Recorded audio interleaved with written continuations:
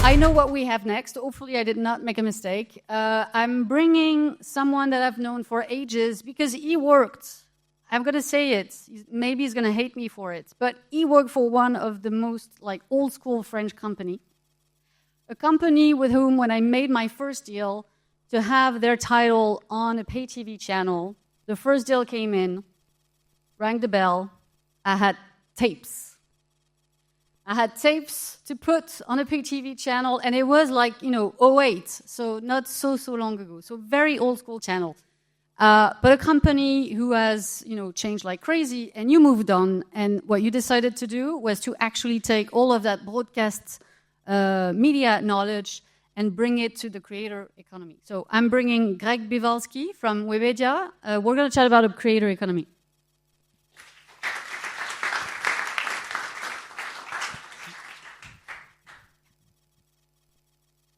Hi, everyone. Hello, Marion. You gave me up already? All right. So, just to start, maybe I should present myself a little bit better than you did because you just said I worked for a very, very old company. So I am very You very were, old. but I mean, you're going to show how much you transformed yourself. It's an interesting start because that's actually the point is I was working for what we like to call traditional media company. As you said, distributing pay TV channels to the operators, distributing content internationally, basically, like all the companies here in the room today.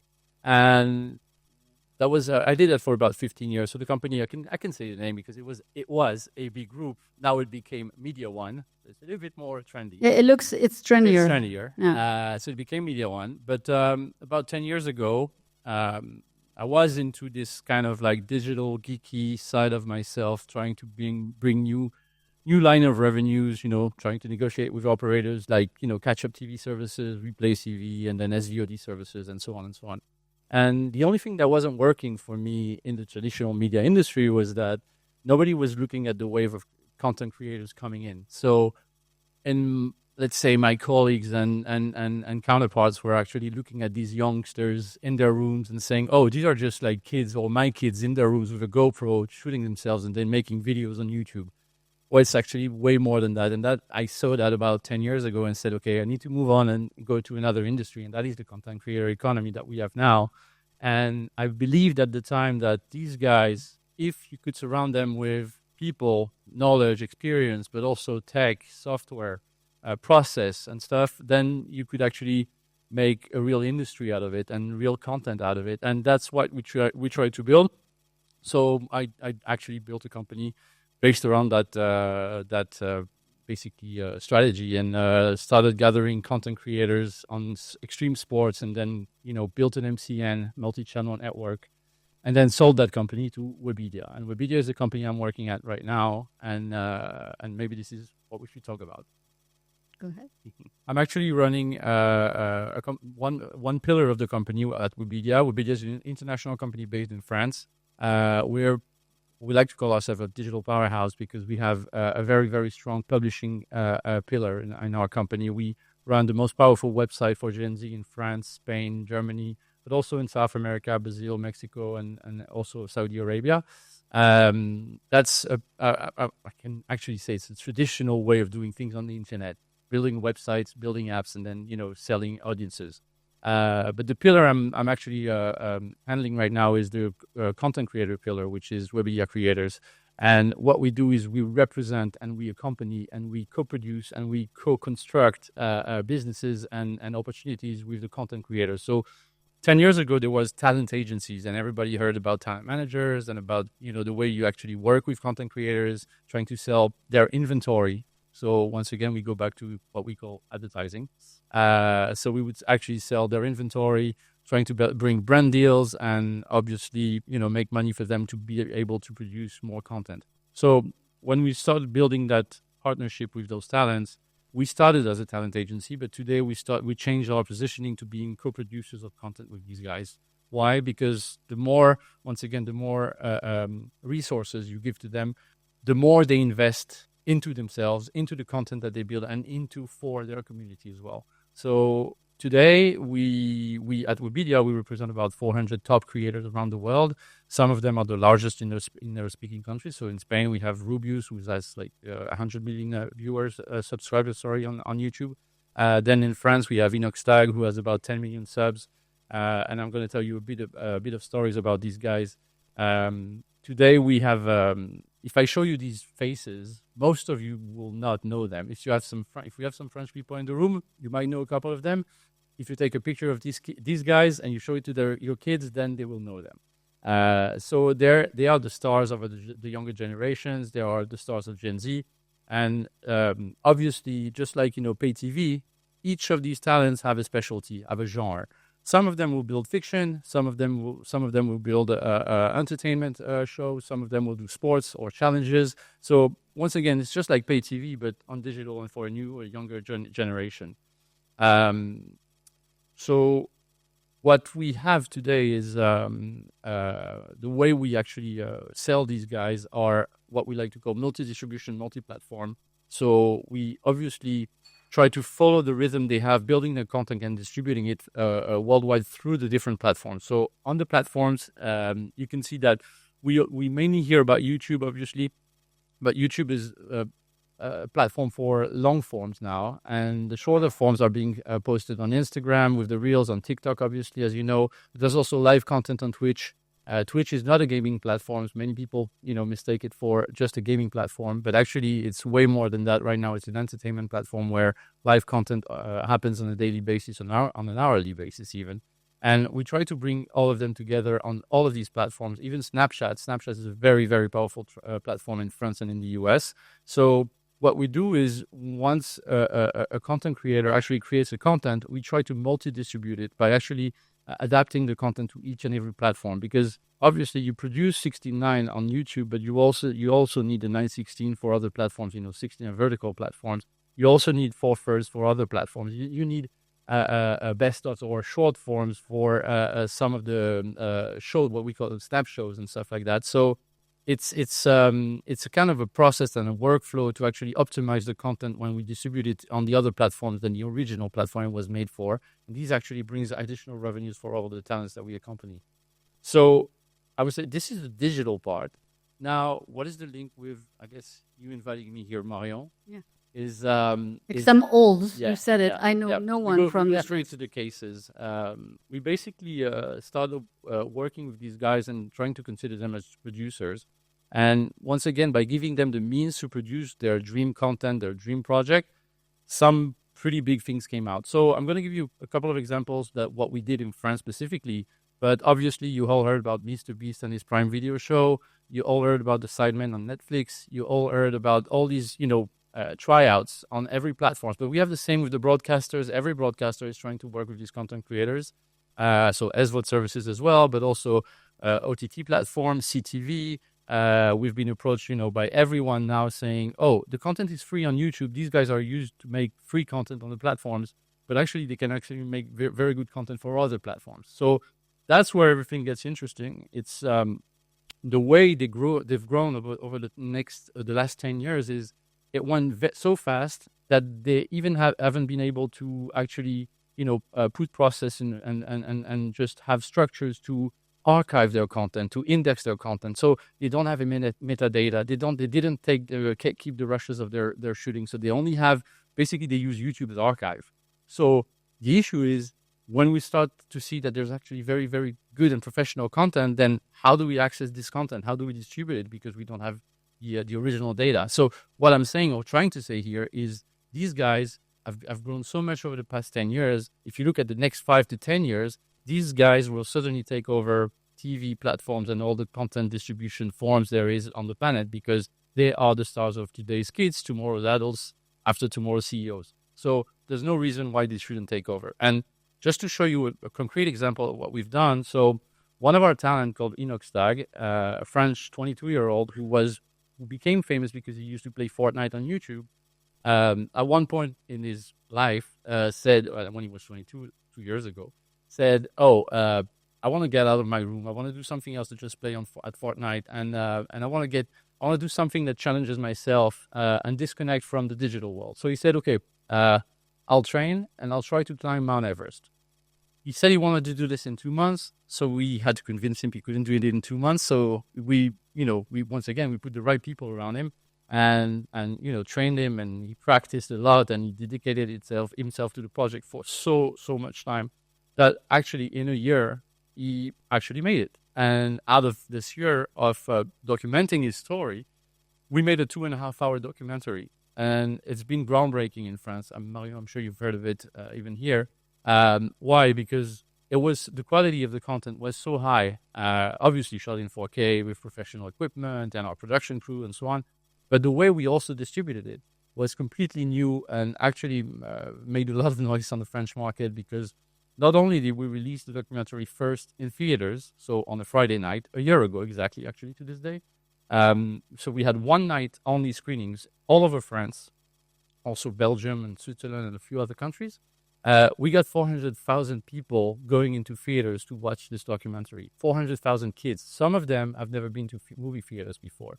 So that was crazy, because paying a theater ticket, a cinema ticket, to go see a documentary that was going to be and announced on YouTube a couple of days later is something that nobody dared do before us. So we didn't know, to be honest, we didn't know we'd do so many entries. We thought we would do 50,000. We did 400,000.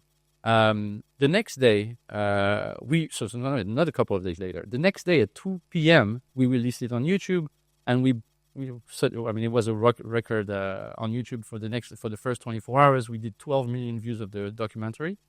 Today, a year later, I think we're at like 46 million views. Once again, I'm repeating myself, but 2.5-hour documentary on YouTube. But it's not all. 2 weeks later, we actually released it on TF1. And once again, people said, well, you're crazy. It's on YouTube. It's already made 20 million views. It was in theaters. 400,000 people saw it. We did an additional 400,000 viewers. So all of that together is just, a way of saying these guys are becoming professional. Obviously, they will be part of this industry in the next few months, years. And they need help. They need process. They need software. They need to learn how to distribute their content properly and so on. So let me show you maybe the trailer of that show, because I think, once again, just to show you the quality of the content, and obviously it's available on all platforms, so you can watch it. And the latest release we did was actually on Disney Plus worldwide. So that's actually a very interesting point as well. Disney released it worldwide on its platform as VOD, subscription based, but they agreed to leave it on YouTube. So obviously, if you're in the US, you can actually watch the movie on YouTube, but you can also watch it on Disney Plus. The thing is, Disney is actually telling us that it's making ratings just like an original show. So what we're seeing here is the audience is everywhere, and you can reach it everywhere. It's just different audiences. If you consume it on YouTube, you will not watch it maybe on TV, but if you watch it on TV, you will not have seen it on YouTube. So it's an interesting fact, and let me show you maybe the first few seconds of this show. InoxTag, he made a big announcement on his channel. He announced that he wanted to go up Everest, the highest mountain in the world. I don't know if I can make it. This place wasn't meant for humans. Captain, I think we have a problem. Weather's... Oh, it's a mess. I think of you every day. Big kiss, Mom. You shouldn't feel apprehensive prematurely. Breathe. Hear. Observe. And before you know it, you'll be at the top.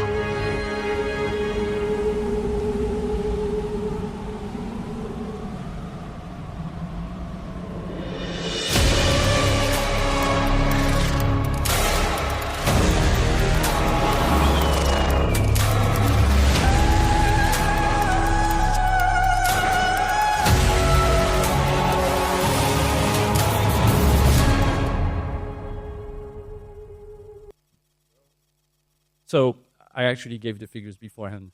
But That's okay. just to recap, now that you've seen the trailer, just recapping basically. So a cinema release on a Friday night, a YouTube release on the Saturday, a TF1, so a linear TV 2 weeks later, and then Disney Plus came along a few months afterwards.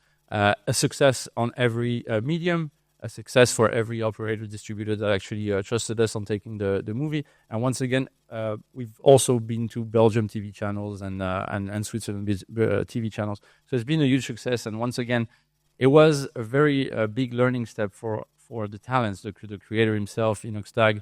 The way we started, seeing the distribution of the content, the way we were actually supposed to deliver the content as well. He didn't know, the formats for cinema delivery. He didn't know the formats for TV delivery and so on. So once again, if you approach these guys, they're a source of huge opportunities, and I think there's many, many things to do with them. I can give another example as well of things coming up on the market. Another content creator that we are accompanying is Antoine. He's a guy who started out doing scooter rides on YouTube about 5-7 years ago, and now he's moving on to become some kind of a French Bear Grylls, so challenging himself in the nature, man versus wild style, and he's very very young and optimistic about what he can do, cross-platform, so on YouTube but also on TV. So we made a deal with one of the French TV channels called RMC Découverte. And the deal is very interesting as well here, because the TV channels are now seeing the potential of these talents and looking at their back catalogs, looking at the number of videos they've produced online. And they're like, well, the content is so good that actually we should broadcast it on TV. So the question to everyone is like, how do we do that? Obviously, the talents haven't stored the data. They haven't stored the content. So we need to work with the YouTube archives, so export the YouTube content and just deliver it to TV, which is not the best scenario, obviously. But this means that in the future, you will see more and more deals this way, making content creators content going through operators, platforms, CTV, broadcasters, and so on. And once again, they will take the archive footage, but they will also buy original content. So they will need to index their content. They will need to have the software and the tools to be able to become a producer, just like any other else, or even a distributor as well. So here's another video for Antoine announcing his arrival on RMC Découverte actually next month. He went to Brazil last month shooting this new documentary, and he was looking for the largest snake in the world. So J'en ai fait des choses sur Internet.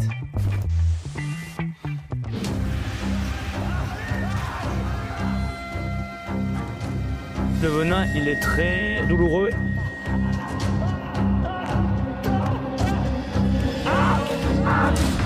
Oh mais là je pense que t'as pris un défi qui est monstrueux. Et en ce moment, tout le monde me demande, c'est quoi la suite après tout ça? Je rejoins RMC Découverte à la rentrée.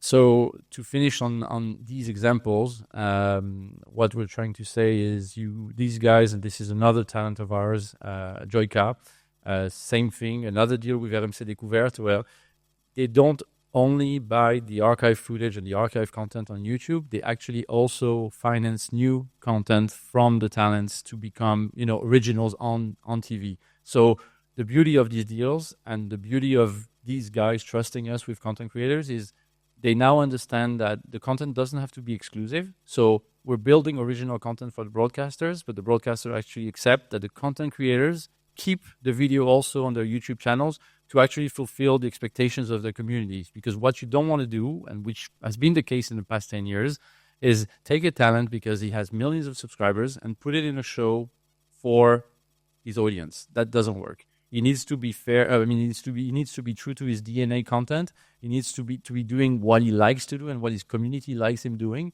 And then, in that case, the success will follow, and they can drive huge audiences everywhere. I think that's it. Thank you. Welcome.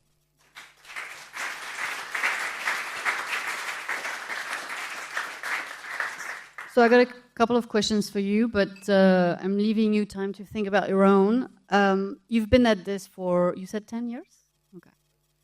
I feel like these last 2 years there's been an acceleration, right? So is it that you're finally seeing that education towards both ways, right? Because I'm sure you need to teach creators how to think beyond YouTube, TikTok, and others, how to look at not just putting content out there, but really building a 360 strategy, etc., and live beyond those 24 hours of, it's on social, then it's gone.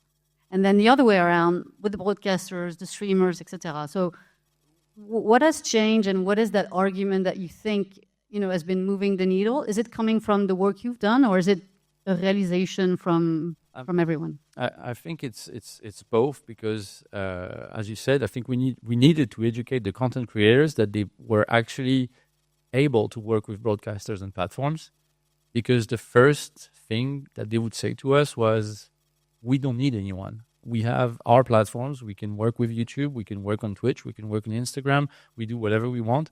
But what we tell them with our expertise is, yes, you do, but you do not own your audience. The communities belong to the platforms. So in the end, if one day YouTube decides to become a pay TV platform or a subscription platform, then your audience is gone, because they might not pay to follow you. So you need to build wider audiences, and the way to do it is actually to work with the other the broadcasters, the SVOD platforms, the AVOD platforms, and so on and so on. So we need to educate them first. We also obviously had to have discussions with the broadcasters and the platforms to make them believe in the content and the power of the content creators. It has taken time, as you said. 10 years is a long time, but like I said, the first few years, smart producers thought, like I said, that just taking someone with millions of subs and put them in their movie or put them into their TV show would actually just, work and bring huge audiences, which didn't. And so everybody was like, well, that doesn't work, so we shouldn't do anything else. There was some kind of a gap at some point. But then we came on top with the likes of Kaizen that we did with InoxTag last year. We've had some primetime shows ordered by TF1, TMC, and all of these have worked. So now, it's proof by example. If you can actually build content with these guys, and you know how to build content with these guys and touch audiences, then obviously, there's a huge potential, because they are all, producers, actors, writers, directors. They can do everything. So as long as you trust them and you believe in them, and you let them do what they like to do and give them the means to do it, then they can do huge things. There's a massive bias towards that side of the media economy, and there's a mix-up that is being made where there is being seen as influencers versus creators. What's the distinction? What would you? How would you explain that? We make a big difference. You haven't heard me use the word influencer. I say the content creators can influence people, but they're not influencers. Influencers are, for us, talents that have been shown on real TV, for instance. So they've built their communities out of the visibility they've had on traditional media.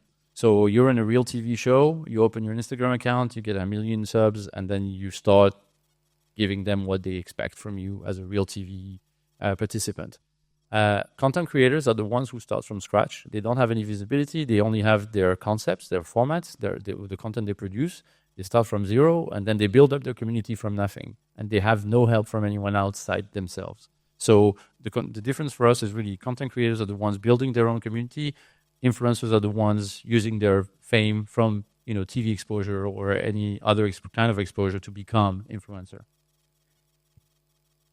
I'm going to open the floor. I have many more questions, but I want you guys to ask questions. And I think one of the reasons why I think it matters to have Greg and Webedia on your radar is that you're, and particularly talking about the technology people who are going to be spending 4 days at IBC, you are looking for new pockets of revenues, right? New people to tackle.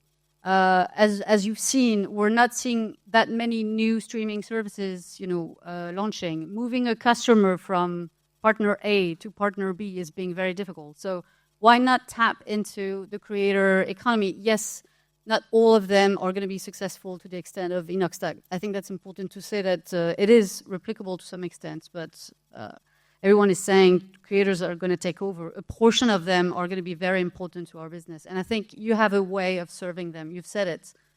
They don't know where their content is. They don't know how to store it. They don't know how to do any of those things, right? So a massive opportunity for you guys. So yeah. Oh, Grace. Awesome. Hi. I was really impressed by your big numbers. So how you put it into movie theaters and then put it onto YouTube and then put it into mainstream television. And we are seeing similar complementary rather than cannibalistic impacts.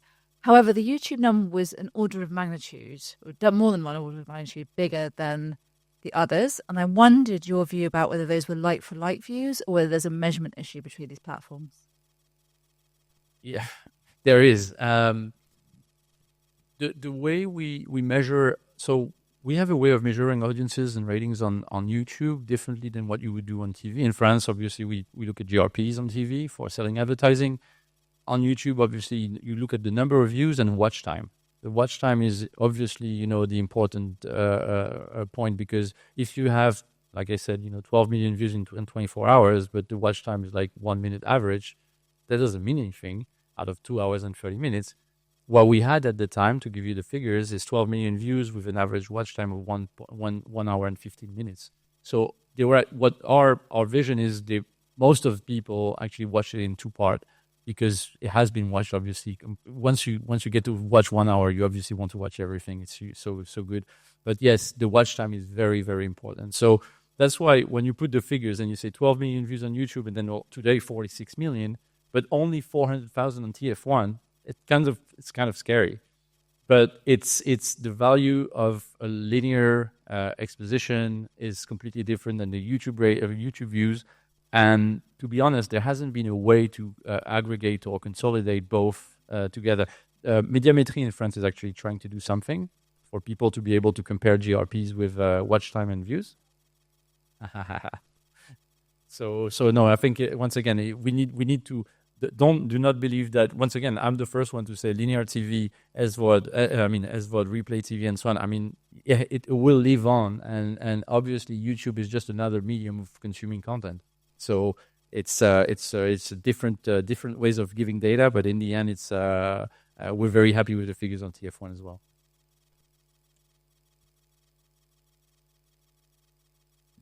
So, Teresa here from Well TV. How do the creators then measure the success apart? So, you Webedia, and then you engaging with a creator, and then doing this documentary and launching it. It looks very successful to me when I look at the numbers. But when are you happy? When are you at the point that... Us as Webedia, you mean? Yes, you with and, the content and creator. The first happy moment, I would say, is when we give a green light to a talent to build to produce his content. So if we give him a green light, it means we basically say, okay, we know how to finance it. So there's the key to everything we've shown here is obviously financing. We haven't talked about it, but Kaizen, some of you may know in France, the cinema world and the documentary world is pretty much very helped.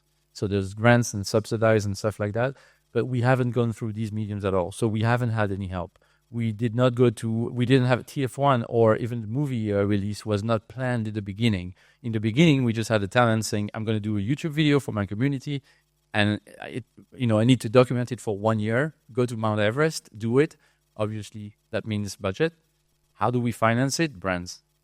So we went to brands. Brands have financed the whole movie. And then everything else, so the distribution, the 400,000 moviegoers, the TF1 release, the Disney Plus release is on top, is cherry on the cake. Yeah. So the whole movie has been completely financed by brands. So to answer your question, first happy moment is when the talent hears that, yes, it's a green light, we can go in production. Second happy moment, obviously, is when we are able to release it and that the first, let's say, comments are positive. So that's enough. And then, like I said, the rest is cherry on top. But to be honest, it's been a huge financial success as well. So you make a very compelling argument to the creators about why they should go off-platform, in this case, YouTube or wherever they're active on. And you showed a few examples. The question is, how representative is it? Or are most of the kind of creators still reluctant? Or how do you get them on board and kind of educate? So I wouldn't be able to speak for the whole international world of creators. For the ones we know and we handle, like in Spain and France and so on, there's already 3 generations of content creators. The first one is the one that was built back 20 years ago. Sorry, YouTube is 20 years this year. So 20 years ago, the first content creators, were on YouTube. That first generation was like, let's cut everything off. I'm not doing any TV. I'm not doing any platforms. I'm working on YouTube and on digital and nothing else. So these guys are the very hard ones to take back to another world. The second generation, InoxTag is one of them. Came along maybe 10 years ago, 2015. So these guys, when they started doing content on YouTube, there was a way, in a way, you know, they have nothing against television or platforms. They're just like, I'm building myself on digital, so on YouTube and other platforms. But in the end, if I have opportunities, I will take it, because they've grown with the information that they need to widen their audiences. So 20 years ago, YouTube was the only platform to broadcast on. But since then, TikTok came along, and then Twitch came along, and then Snapchat came along. So they know that they have to be multi-platforms. That's why 20 years ago, you heard of the term was YouTubers. Today, you talk about content creators. So because it create content on all platforms. So, and the third generation, to finish, is the one that we have right now. So 2025, that generation is the crazy generation. They're doing live content. So it's like their content creation comes from live events. We have in France, we've had an event last weekend called the Z event, live on Twitch.